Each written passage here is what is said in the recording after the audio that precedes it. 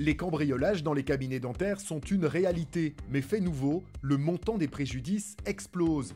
En effet, les malfaiteurs ne cherchent plus seulement de l'argent ou du matériel informatique, ils s'attaquent directement au matériel spécialisé.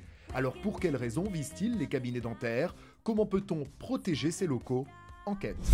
Depuis cet été, ce sont les cabinets dentaires du département de l'Essonne qui sont confrontés à une vague de cambriolages. Pour le docteur Didier Geoffroy, président du conseil départemental de l'Ordre des chirurgiens dentistes, ces vols présentent d'étonnantes similitudes. Il ne s'agit pas d'un cambriolage à l'arraché, il s'agit vraiment, selon toute vraisemblance, de cambrioleurs très spécialisés qui ont démonté les choses de façon très précautionneuse. Le docteur Vincent Barrère est l'un des chirurgiens dentistes touchés dans l'Essonne. Victime d'un cambriolage en septembre dernier, près de 100 000 € de matériel lui ont été dérobés. Mardi 15 septembre, je suis arrivé au cabinet et j'avais 2 assistantes qui étaient là et qui faisaient une drôle de tête et en fait elles m'ont annoncé qu'on venait de cambrioler le cabinet. Bon, peu de dégâts, oui, une effraction par une fenêtre et puis une porte-fenêtre dans le bloc qui était grande ouverte. Par laquelle ils avaient pris la fuite.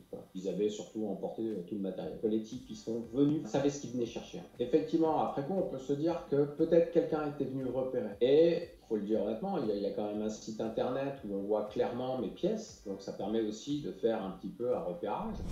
Pour le docteur Geoffroy, les cabinets dentaires sont volontairement visés. On peut supposer que les chirurgiens dentistes sont ciblés, même si nous n'en avons pas vraiment la preuve, mais en tout état de cause, le plateau technique qui est le nôtre, qui est un plateau technique extrêmement pointu, extrêmement coûteux, extrêmement spécifique, pourrait laisser penser que nous sommes visés. Un tel matériel à haute valeur ajoutée peut être volé pour être revendu, pourquoi pas dans des filières de l'Est ou d'ailleurs. Si l'assurance responsabilité civile est obligatoire, en revanche, l'assurance contre le cambriolage demeure facultative. Le préjudice subi par un chirurgien dentiste peut alors s'avérer très lourd. Le type de matériel qui pourrait être volé correspond en particulier à des contre-angles, à des turbines. Vous voyez, un instrument comme celui-là, un contre-angle fibré coûte environ 1 500 €. Vous avez aussi et surtout en l'occurrence toute une série d'implants. Imaginez que des voleurs s'introduisent dans ce cabinet, mettent tout ça dans un sac. On a un nombre considérable d'implants qui représentent un budget, on va dire, là, en l'occurrence, environ dans les 300 € par implant.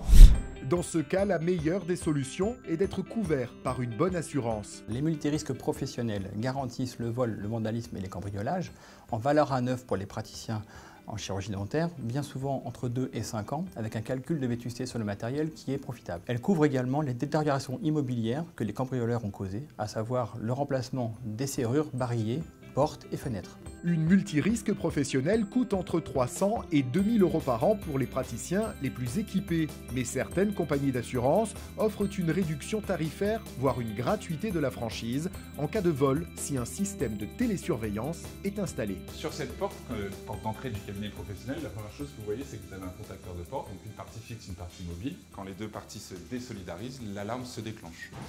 Ici, vous avez le boîtier de commande de votre système de télésurveillance, donc là qui a un clavier à code sur lequel ça vous permet d'activer, désactiver l'alarme. Un autre type de détecteur que vous trouverez ici, c'est les détecteurs de mouvement, donc qui couvrent l'intégralité du couloir et de la porte d'entrée.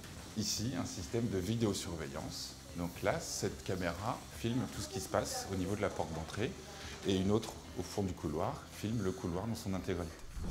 S'équiper de télésurveillance coûte entre 15 et 60 € par mois et en cas de cambriolage, il convient surtout d'avoir les bons réflexes. Alors premier réflexe à prendre, appelez immédiatement l'assistance de son assurance car elle permettra de mettre en place un système de sécurisation des lieux, voire un gardiennage. Deuxième réflexe, se déplacer auprès des services de police pour déclarer plainte dans les 48 heures. Ensuite, constituer son dossier d'indemnisation auprès de sa compagnie d'assurance qui comprendra les factures d'achat du matériel, les copies des crédits bail, voire des photos. Une fois le dossier constitué, la compagnie d'assurance pourra missionner un expert qui vérifiera la détérioration des locaux. Le docteur Barrère estime avoir été bien épaulé par son assurance. Il a toutefois fait le choix de s'équiper d'un système de télésurveillance. On dépense de l'argent dans d'autres bêtises, faut le dire honnêtement. Celle-là, vraiment, c'est pas du luxe. Et je pense que ça devrait être quelque chose d'obligatoire.